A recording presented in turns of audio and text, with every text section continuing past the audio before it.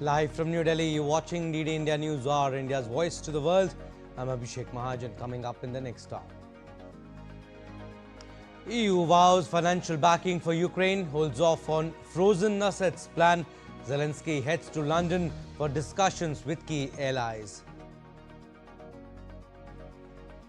US ramping up military pressure against drug cartels in the Caribbean and Pacific Ocean, though Trump says declaration of war not needed, while Maduro calls for strike and insurrection over possible attack. Foreign powers to host Sudan Truce meeting in Washington on Friday aim to push country's long-running war towards a permanent ceasefire and peace. Indian envoy to UN lauds Trump's role in Gaza ceasefire deal, reaffirms two-state solution as path to Israel-Palestine peace.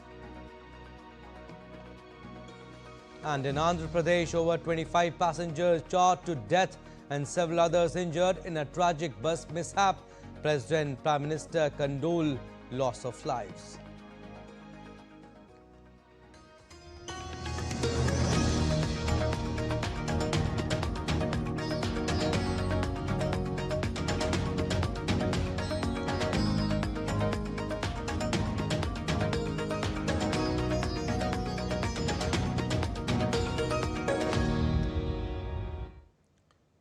European leaders pledged on Thursday to cover Ukraine's financial needs in 2026 and 27, but stopped short of approving a plan that would draw from frozen Russian assets to do so after Belgium raised objections. EU leaders met in Brussels on Thursday to discuss Ukraine's pressing financial needs for the next 2 years. Many leaders had hoped the talks would clear the way for a so-called reparation loan, which would use frozen Russian assets held by the Belgian financial institution Euroclear to fund a loan of 140 billion euros for Ukraine. The EU froze about 200 billion euros of Russian central bank assets after the country launched its full-scale invasion of Ukraine in 2022. In order to use the assets to fund Ukraine, the European Commission, the EU's executive, has floated a complex financial maneuver that involves the EU borrowing matured funds from Euroclear. European leaders committed to ensure that Ukraine's financial needs will be covered for the next 2 years.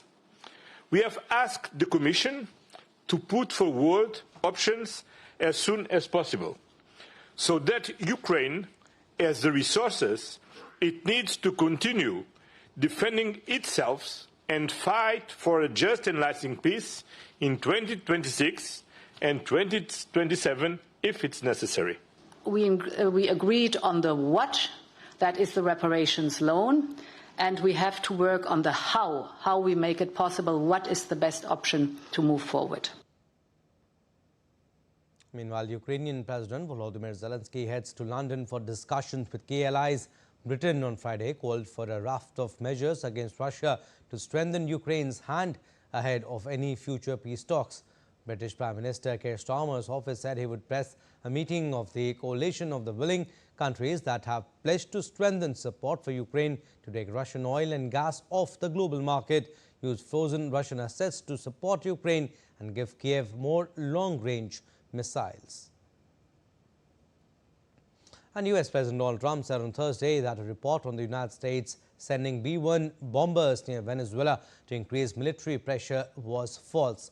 Trump also said that his administration plans to brief the US Congress on operations against drug cartels related to Venezuela, but that a declaration of war is not needed.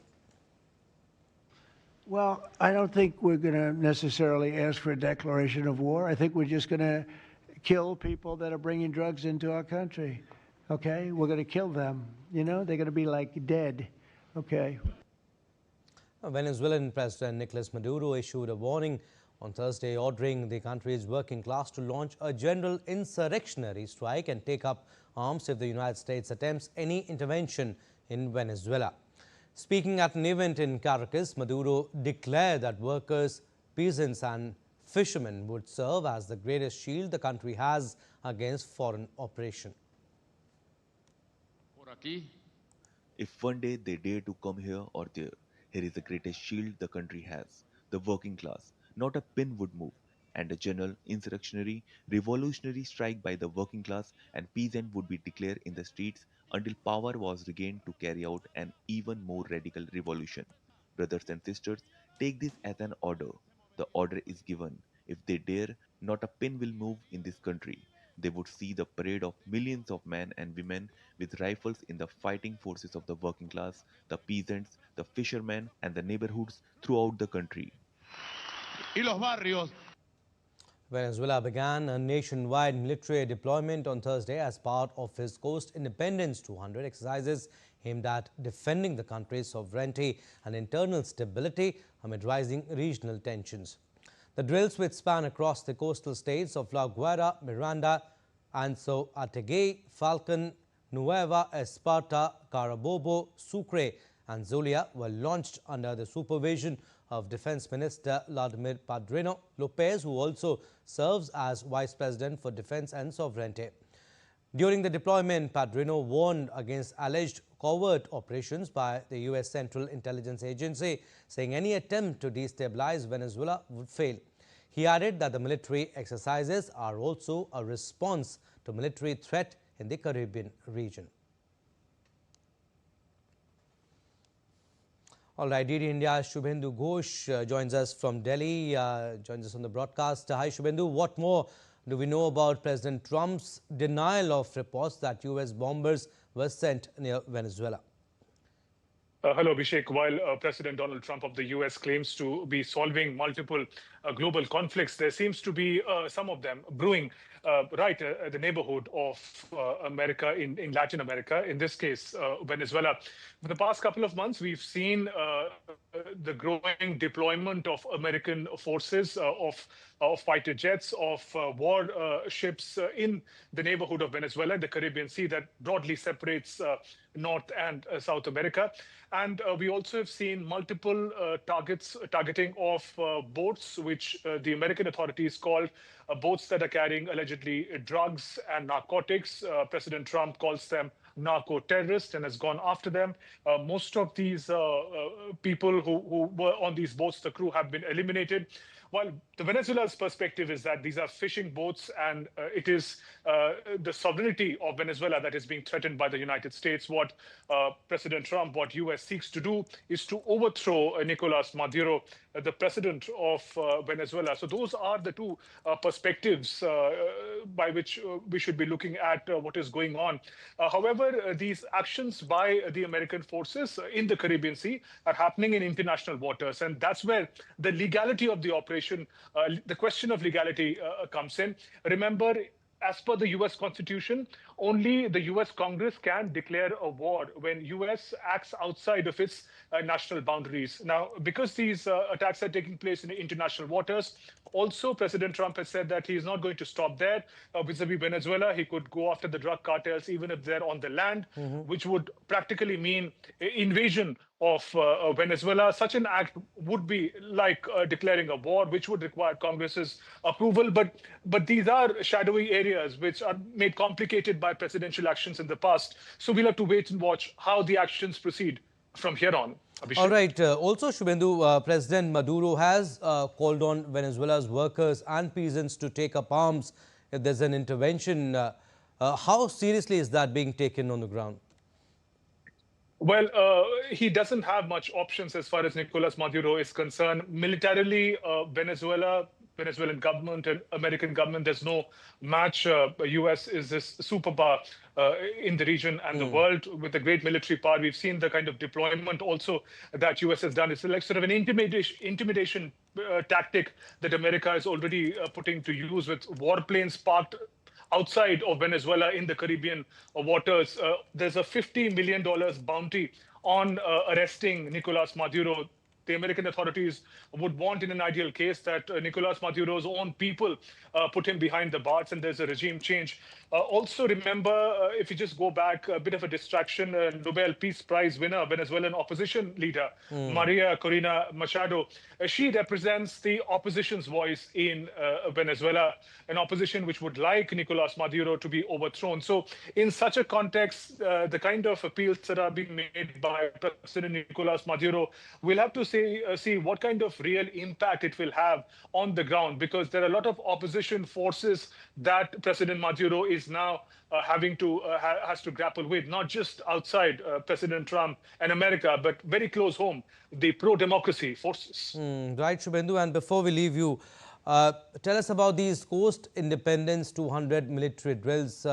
How big is this exercise, and what message is Venezuela trying to send through it? It is a significant exercise being put in action by Venezuelan President Nicolas Maduro. He's been invoking the working class to take up arms in a very characteristic left-wing narrative. The left-wing governments, both in Venezuela and Colombia, that President Trump appears to be targeting in his what is called as the war on narcotics. And these campaigns are important symbolically as well, with the America parking its military weight in the Caribbean Sea.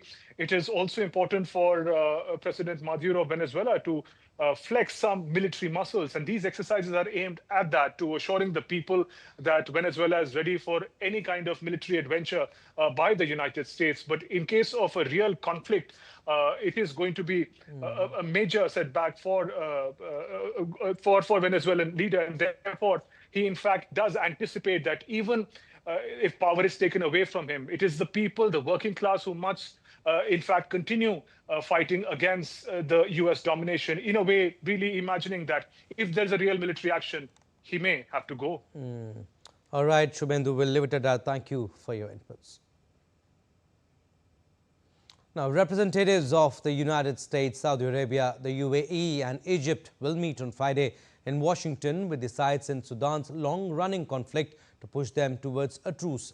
Last month, the influential foreign powers, referred as the Quad, jointly called for a humanitarian truce in Sudan, followed by a permanent ceasefire and a transition towards civilian rule. This week's meeting is focused on that plan and pressing the warring parties to implement a 3-month nationwide humanitarian truce. The Quad is acting collectively to apply unified pressure on the parties to stop the fighting and allow aid to reach civilians. The official said members of the grouping would meet with the two sides separately. Sudan's army-aligned government reacted coolly to the Quad's peace plan last month, rejecting the suggestion that both IF and the RSF be excluded from the country's post-war political transition. All right, time now for a very short break, but still to come on this edition of DD India News Hour.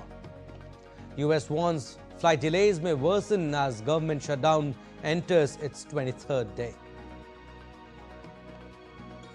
Argentines head to the polls on Sunday in a crucial midterm election. And New Zealand Parliament to debate teen social media ban.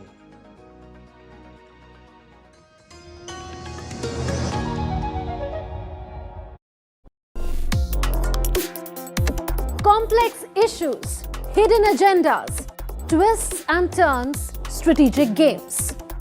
We think all dots are linked. We just need to connect them. Join me every week as I connect the dots to unravel hidden designs in statecraft, mysteries, and decode issues that matter to you. Watch Connecting the Dots with me at these times on DD India.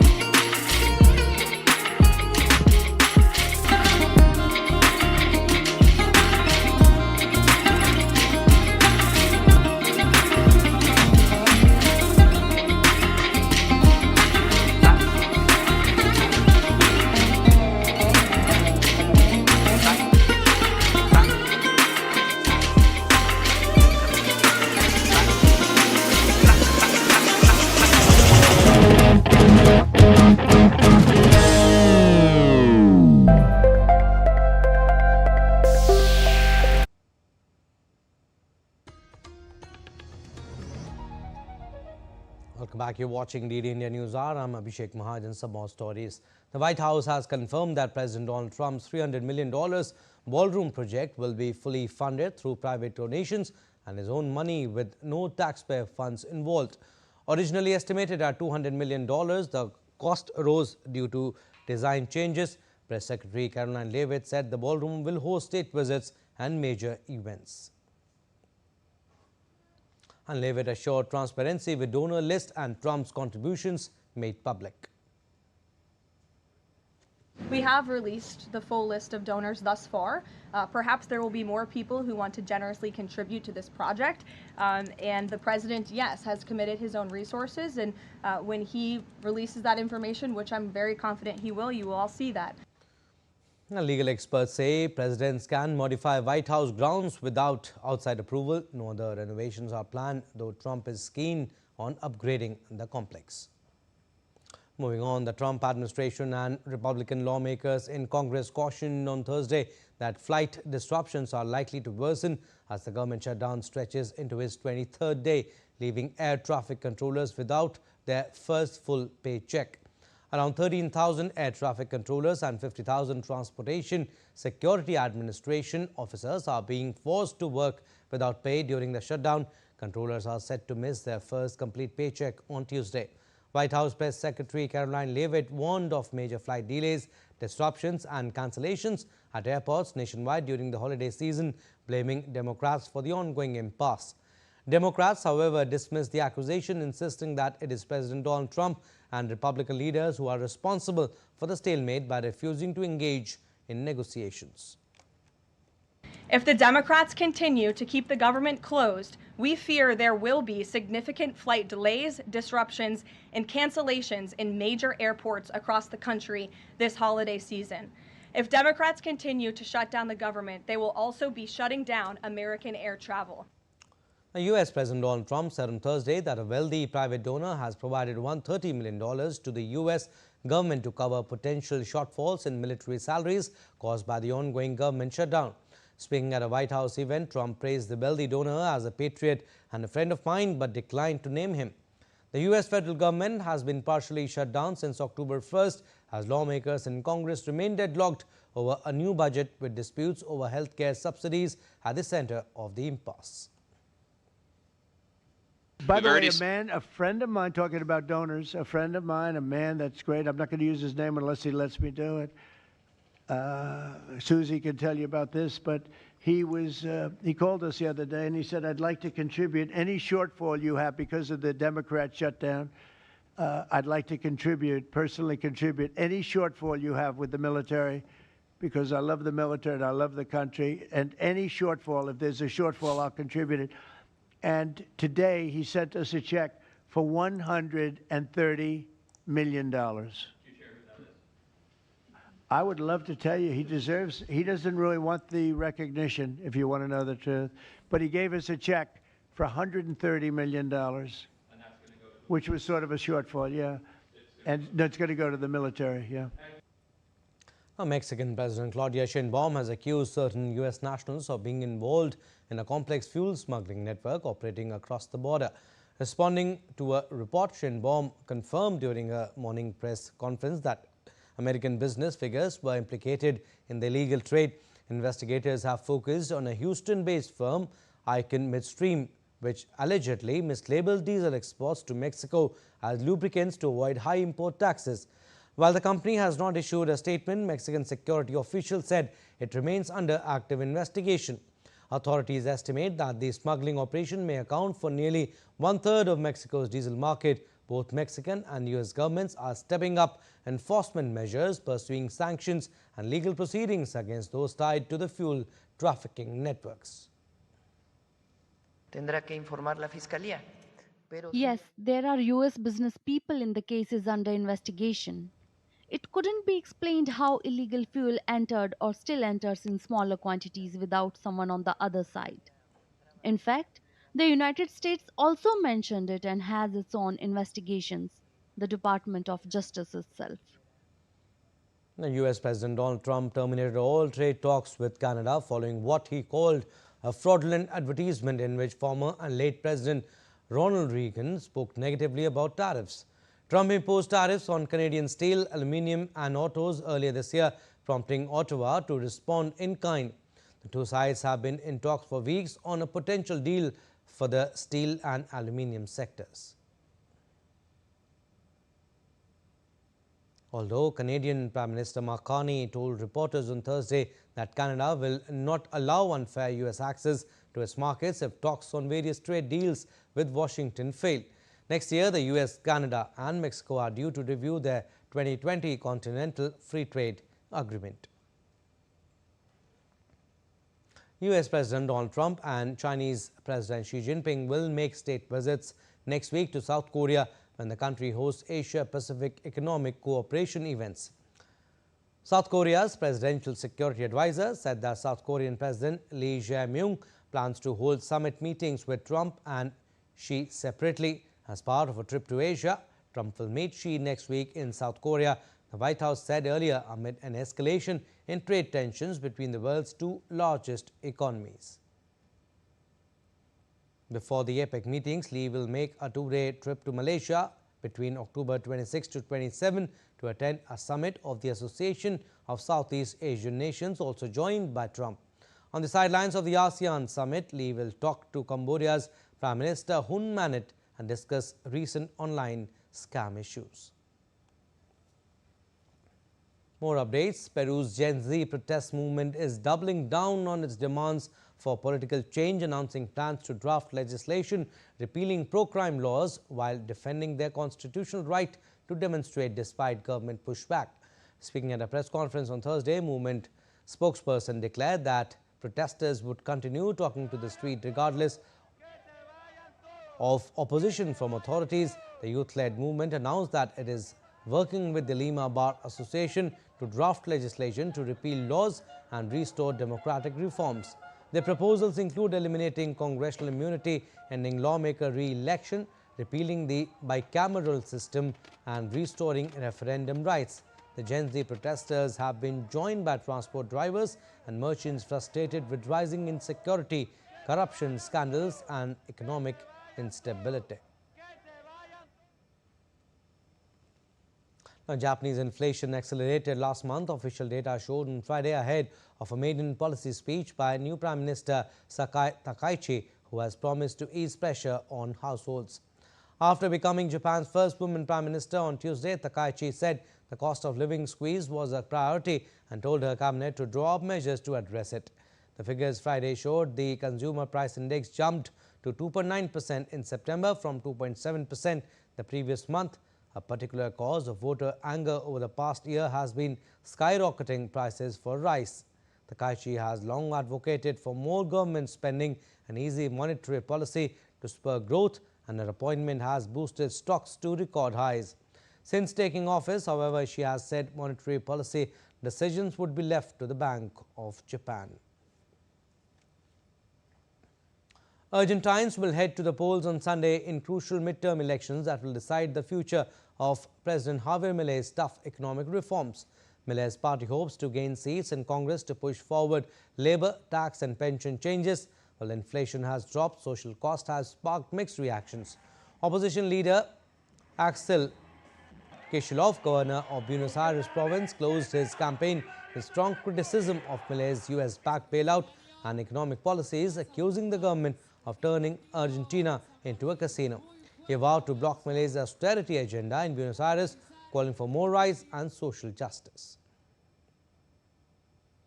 The vote will fill half the chamber of deputies and a third of the Senate, shaping Argentina's political future and testing Milei's grip on power. Moving on, President Alassane Ouattara closed the campaign in Abidjan ahead of Saturday's presidential election in Ivory Coast. At 83, he is expected to win a fourth term, helped by the exclusion of key rivals Laurent Gbagbo and Thiam. Gbagbo called the vote a civilian coup and urged protest. Tensions are rising, with 4 deaths reported in recent unrest and an electoral office set on fire.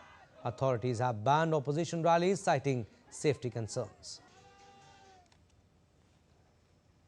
Now, in Budapest, Hungarian opposition leader Peter Magyar held a large rally criticizing Prime Minister Viktor Orban's close ties with Russia. Supporters chanted the slogans as Magyar recalled Orban's past stance against Soviet troops. He accused the government of centralizing power and limiting press freedom. Viktor Orban, who organized a separate rally near Parliament, is preparing for elections expected in April 2026. Magyar's Tidza party currently leads in opinion polls, making the race one to watch. More updates. Ecuadorian President Daniel Noboa said that unknown assailant had attempted to poison him with chocolate and a jam laced with chemicals gifted to him at a public event. The 37-year-old president said the toxic substances could not have come from the products themselves or their packaging. The military body responsible for the security detail had filed a complaint with prosecutors. It is the second time that Noboa's administration has alleged an attempt on his life amid indigenous anti-government protests and spiraling crime. The president is preparing for a November 16 referendum, which he hopes will pave the way for him to draft a constitution that is tougher on drug-related crime. A bill to restrict social media for children under 16 will be introduced in the New Zealand Parliament, building momentum for Parliament's efforts to prevent young people from being harmed while online. The proposed legislation will require social media platforms to conduct an age verification process similar to Australia's world first teen social media ban law passed in 2024. A New Zealand parliamentary committee has been looking at the impact of social media harm on young people and the roles that government, business and society should play in addressing those harms. A report is due in early 2026, according to a statement from the committee last week. Prime Minister Christopher Luxon has been raising concerns about harms to mental health from the overuse of social media among young teens, including misinformation, bullying and harmful depictions of body image. Now, as more rain threatens already flood-ravaged areas, Dominican Republic President Luis Abinader announced that the country will maintain precautionary measures due to tropical storm Melissa. The Emergency Operations Center has raised the alert level to red for 11 provinces and the National District, while keeping 11 provinces under yellow alert.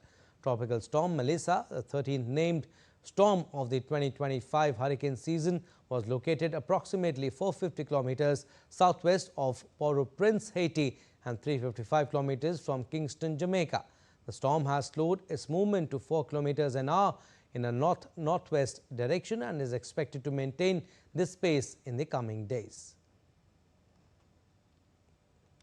Let's now take a look at other stories making news around the world. King Charles III attended a ceremony at college in Rome which trains priests from Commonwealth countries. During the visit, Queen Camilla met Catholic sisters from the International Union of Superiors General. The trip follows the King's historic visit to the Vatican, where he became the first head of the Church of England to pray alongside the Pope. 3 weeks after deadly floods in Veracruz, Mexico, residents are still struggling as government help remains slow. Families are living in makeshift roadside shelters, having lost their homes completely. They hope for more assistance soon so they can finally return to their houses, while authorities' delayed response continues to worry the affected communities. Bursa is facing a major environmental crisis as one of its largest flooded forests is drying up due to water scarcity and overuse of nearby water sources. Experts warn without sufficient rainfall or snowfall, recovery could take years. They stress the need to protect water sources and manage their use carefully to restore the ecosystem.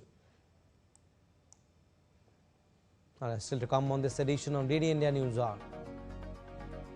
Union Minister Piyush Goyal hopes for India-US trade deal in near future. Final candidate list released for Bihar Assembly elections Phase 2, voting to be held on 11th November. And Defence Minister Rajnath Singh interacts with soldiers in Jaisalmer, calls them a true symbol of national pride.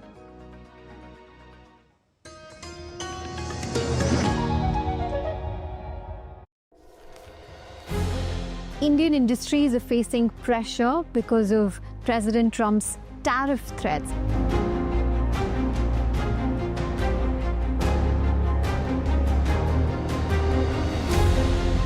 Even tariffs are part of the story, actually. If you were to look at the whole story of the deindustrialization of India, it began in many ways under the British rule.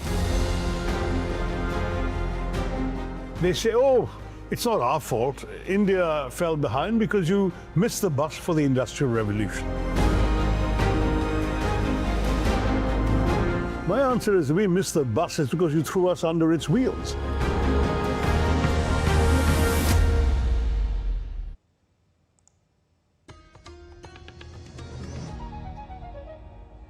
Welcome back. You're watching DD India News Hour. I'm Abhishek Mahajan. Recap of our top stories. EU vows financial backing for Ukraine, holds off on frozen assets plan. Zelensky heads to London for discussions with key allies. US ramping up military pressure against drug cartels in the Caribbean and Pacific Ocean, though Trump says declaration of war not needed, while Maduro calls for strike and insurrection over possible attack. Foreign powers to host Sudan Truce meeting in Washington on Friday aim to push country's long-running war towards a permanent ceasefire and peace. India envoy to UN lauds Trump's role in Gaza ceasefire deal, reaffirms two-state solution as path to Israel-Palestine peace. And in Andhra Pradesh, over 25 passengers charged to death and several others injured in a tragic bus mishap. President, Prime Minister condole the loss of lives. India at the United Nations on Thursday called US President Donald Trump's Gaza ceasefire deal a landmark initiative and emphasized that the talks must continue for the agreement to hold. Indian envoy to the UN, Parvatneni Harish, also commended the role of Egypt and Qatar towards achieving the deal. He remained firm in his view that dialogue and diplomacy and the two-state solution are the means to achieve peace in the entire Middle East. We welcome the signing of the landmark peace agreement. It is India's hope that the positive diplomatic momentum that has been generated would lead to lasting peace in the region. At this juncture, India would also like to place on record its appreciation for the United States and especially President Donald Trump for playing an instrumental role in forging the agreement. Further, India also commends the role of Egypt and Qatar towards achieving this end. India remains firm in the view that dialogue and diplomacy and the two-state solution are the means to achieve peace. India's position is firmly rooted in its consistent stance on the developments in 7th October 2023, as well as the overall Palestinian question. India has clearly condemned terrorism, stressed that there must be an end to destruction, despair, and suffering of civilians, and sought the immediate release of all hostages. And he further stated that over the last 2 years, India has provided relief assistance of nearly 135 metric tons of medicines and supplies to Palestine. Another central element is economic prospects and viability of a Palestinian state. Aid is essential in the short term for rehabilitation and reconstruction. Palestinian people cannot rebuild their lives without the support of the international community. India has been active on this front. The total support by India to the Palestinian people is to the tune of over $170 million, which includes projects worth $40 million in various stages of implementation. Our commitment manifests in various forms depending upon the needs and priorities of the Palestinian people. We have implemented human-centric projects bilaterally and also partnered with the United Nations and the Palestinian Authority in this regard. Over the last 2 years alone, India has provided relief assistance of nearly 135 metric tons of medicines and supplies.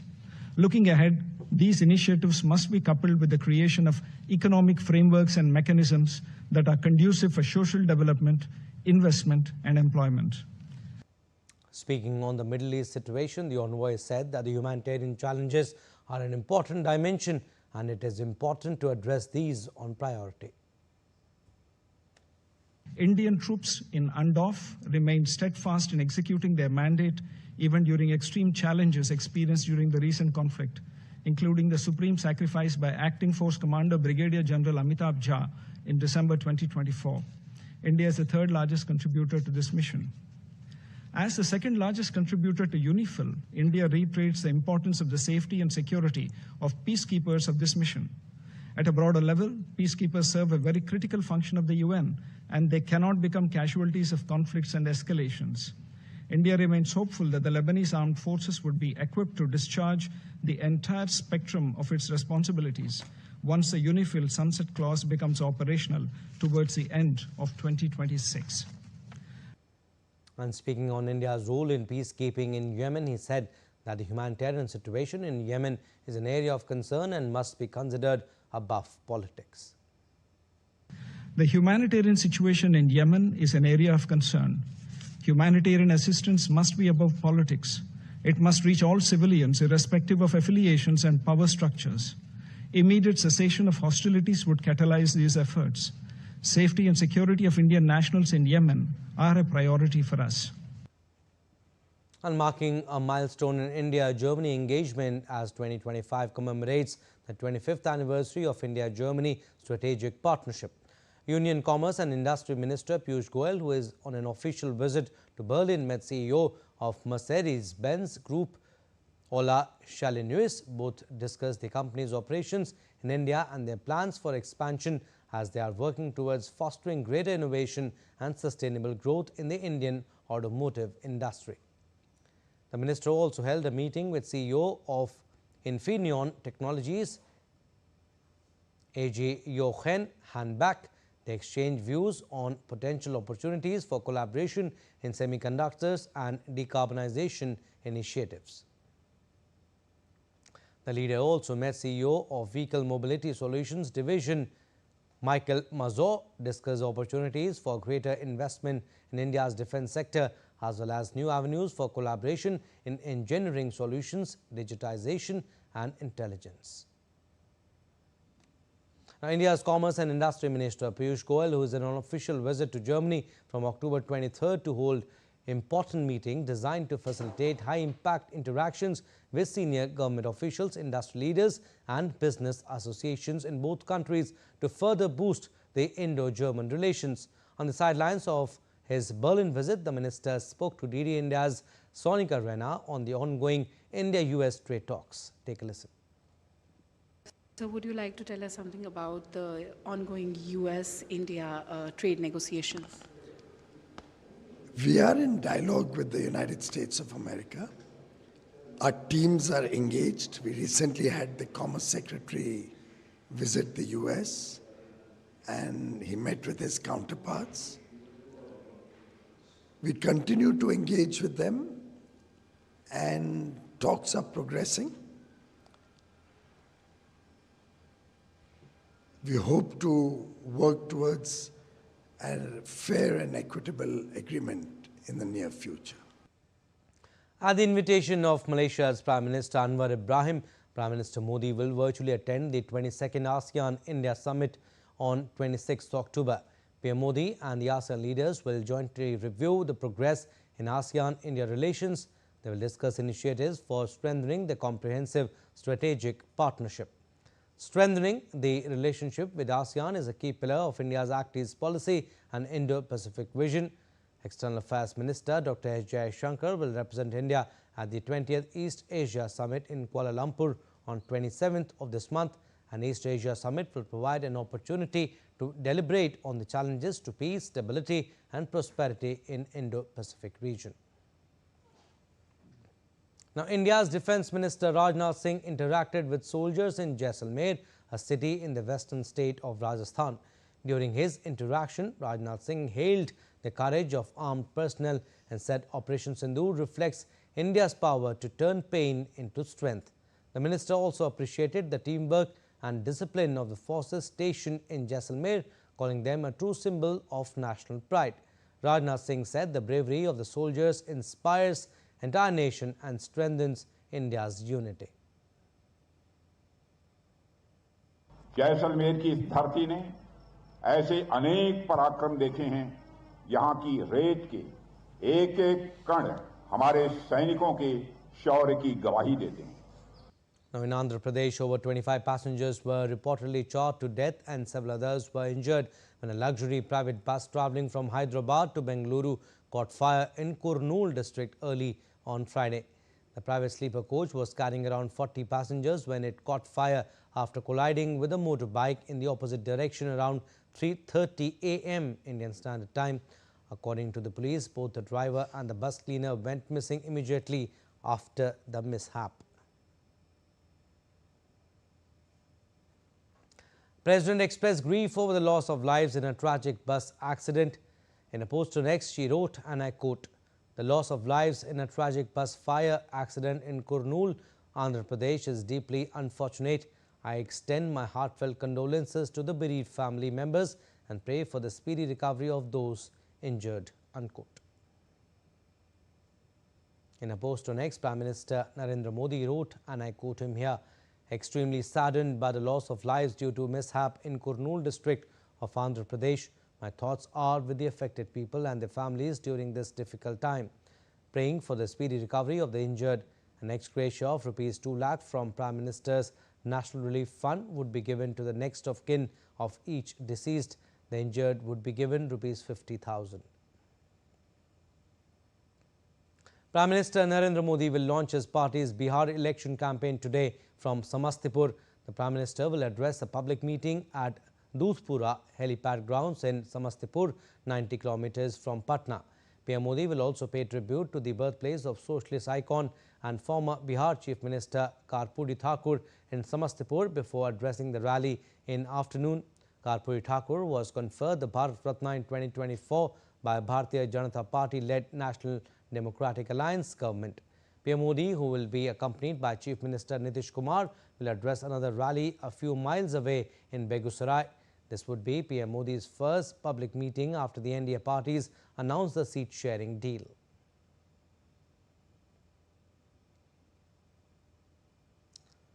While the final list of candidates for the second phase of the Bihar Assembly Elections 2025 has been released after the last date for withdrawal of nominations ended on October 23rd, a total of 122 assembly constituencies across 20 districts are included in this phase.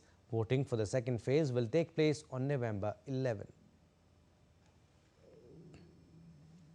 Now, Indian Space Research Organisation Chairman V. Narayanan on Thursday said that 90% of the work on India's maiden human space flight mission Gaganyaan has been completed.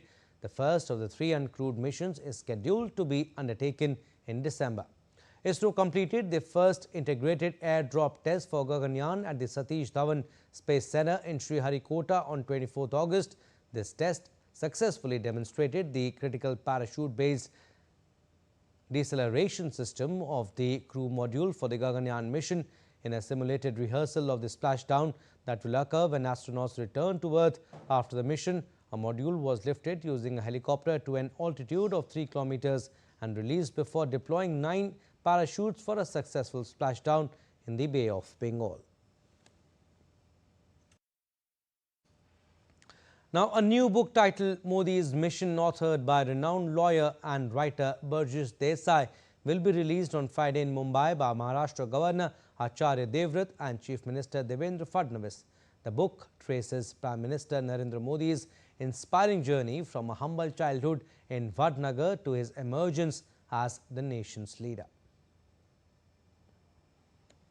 Author Burjis Desai describes Modi's mission not as a biography, but as a story of an idea, the idea of national resurgence and self-reliance. The book explores the formative experiences from Modi's early years that shaped his views on governance, leadership and social transformation. It also reflects on how the Prime Minister, despite facing challenges and criticism, rose as an instrument of national awakening. It is to explain his personal spiritual journey, the mindset which evolved during extremely hard conditions during his childhood, which still people do not know. How he left home permanently at 17, his sadhana and siddhi during those 2.5 years when he was in the Himalayas and in the northern parts of the country, and all the spiritual experiences he had. And then how he has implemented this mindset, this idea of what motivates him is service. It has been a continuous story of service and sacrifice. The author examines major policy milestones, including the formalization of India's economy, the abrogation of Article 370, and the government's push for transparent and result-oriented governance. Desai also discusses what he calls the false narratives spread by a section of the intellectual class attempting to discredit Modi's leadership. The palpably false narratives which have been spun by a section of the intellectual elite the Western media and some of our left-leaning historians, who obviously cannot assail his impeccable integrity and his administrative acumen and his relentless hard work and all. He is a transformative leader, and one day he will be judged on par.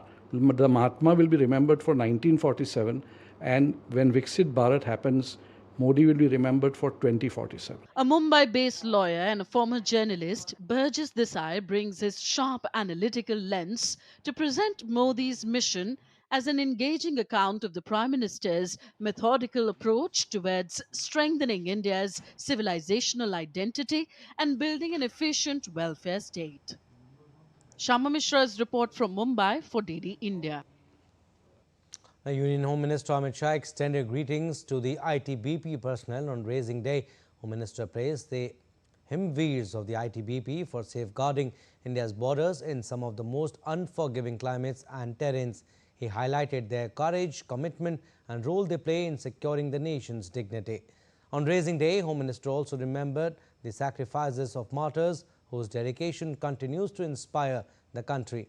He called ITBP a symbol of valor, discipline and unwavering service to the nation. Still to come on this edition of DD India News Hour. Alaska Airlines briefly grounds its flights at all airports due to an unspecified technology outage affecting its operations. And in Women's World Cup, India beat New Zealand to book a place in the semi-finals.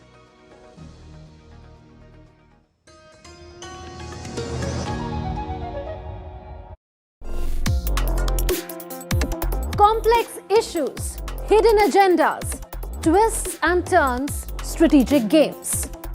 We think all dots are linked. We just need to connect them. Join me every week as I connect the dots to unravel hidden designs in statecraft, mysteries, and decode issues that matter to you. Watch Connecting the Dots with me at these times on DD India.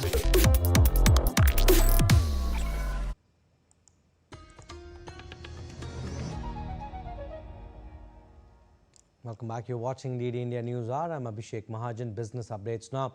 US carrier Alaska Airlines had grounded its flights at all airports on Thursday evening due to an unspecified technology outage affecting its operations. The ground stop also applies to Alaska Airlines subsidiary Horizon Air, a Federal Aviation Administration advisory showed. The ground stop was requested for a period of more than 2 hours. The airline also briefly grounded all of its flights in July for about 3 hours due to an IT outage.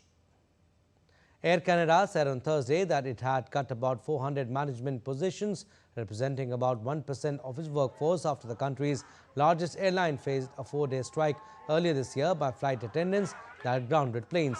The carrier, which reports earnings on November 5, said in September it expects a lower adjusted core profit and withdrew its forecast due to the strike.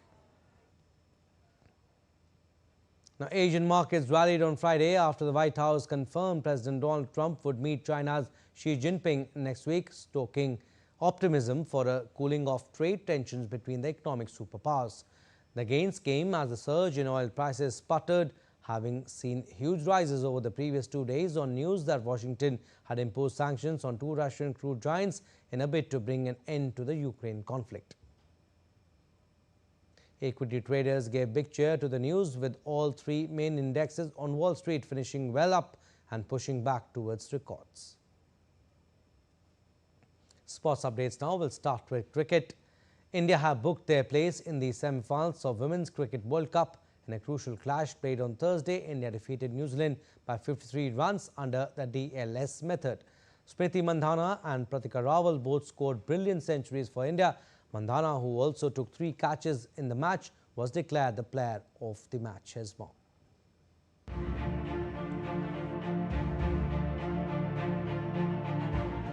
In a do-or-die encounter at the Women's Cricket World Cup on Thursday, India stunned New Zealand to qualify for the semi-finals. New Zealand won the toss and elected to bowl first.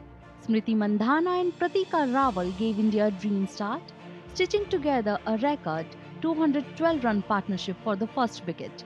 India's highest ever opening stand-up in World Cup history.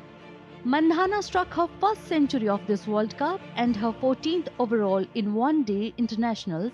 It was also her third World Cup century.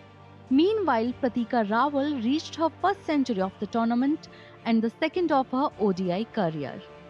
Mandhana was dismissed after scoring 109 runs, while Rawal played a fine knock of 122. Jemimah Rodrigues, who was dropped in the previous match, came in at number 3 and played an attacking innings, completing her maiden World Cup half-century in just 38 balls.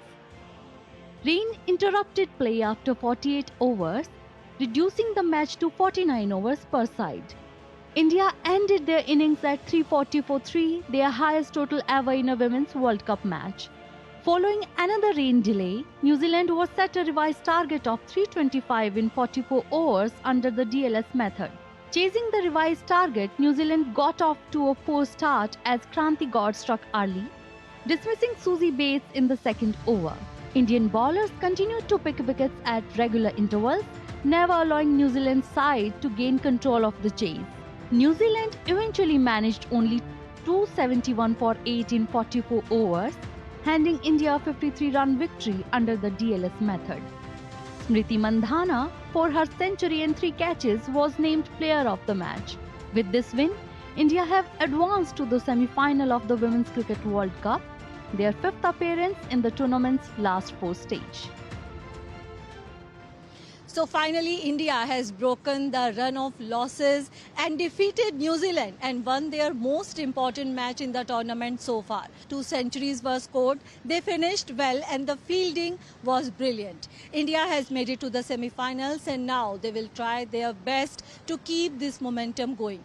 With camera person Gaurav Giri, this is Suchitra reporting for DD India in Navi Mumbai. And fans were ecstatic after India's victory against New Zealand. They are also confident that India would do well in the knockouts too. I am very glad. I love India and I am proud of it that India has won this match, and I am super excited to see it in finale. Smriti and our team has done well, and she performed as our expectation was. This proves that women in blue are equal to men in blue. I'm feeling really nice that India's won against New Zealand and they are qualified in the semi-finals.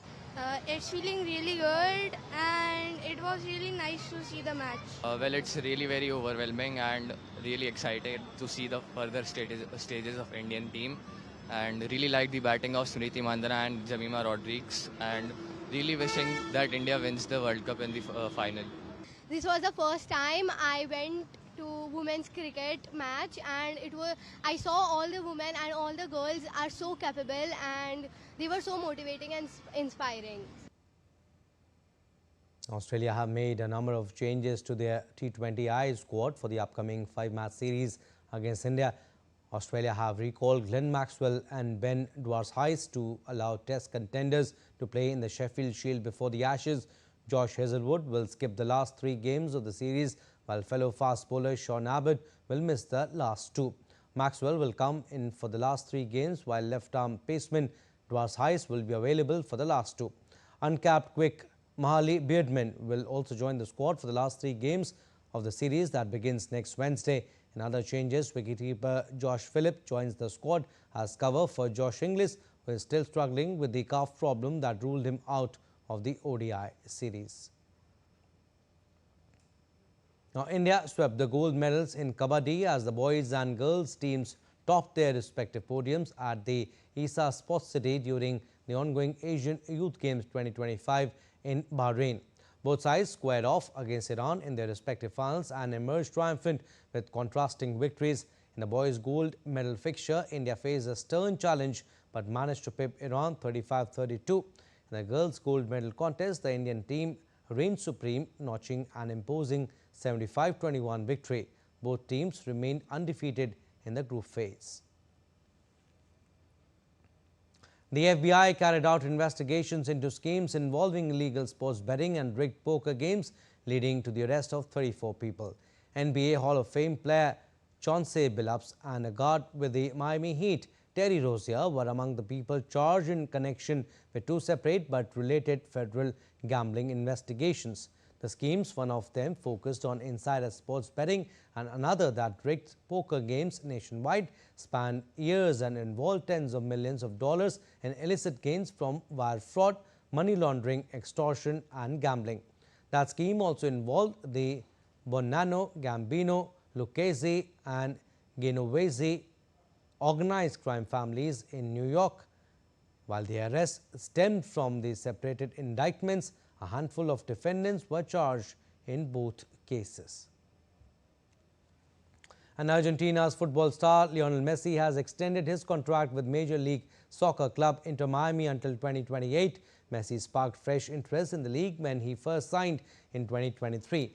The 8-time Ballon d'Or winner had previously stated that Inter Miami would be his last club. However, the 38-year-old has given no hint as to his possible retirement, saying that age would not be a factor. Messi was the leading goal scorer for the MLS this season with 29 goals. Miami finished third in the Eastern Conference. They are set to play Nashville SC in the first round of the MLS Cup playoffs beginning Friday. Well, that's all for this edition of DD India News Hour, but do let us know your thoughts on the news of the day. For those on the go, you can get all the latest news and updates from India and across the world on DD India mobile app. The app is available on both Android and iOS platforms. Scan the QR code on the screen to download now. And we'll be back with more news as it breaks here on DD India. I'm Abhishek. From all of us here in Delhi, thanks for watching DD India News Hour.